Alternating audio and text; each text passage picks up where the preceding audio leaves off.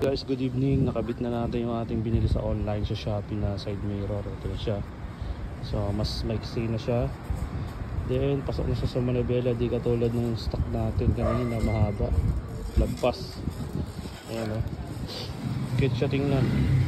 Ayan. Ito bali, ito yung binili natin HMA side mirror pang Honda Click. Lalagay ko sa description yung link.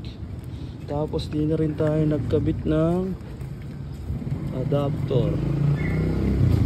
Ayan o, rekta na kaagad. Ito yung stock niyang sa motor. Tapos kinabit na kaagad natin, wala nang adapter. Ayan, makita niya maiksi. Rekta na yan, plug and play sa Honda Click.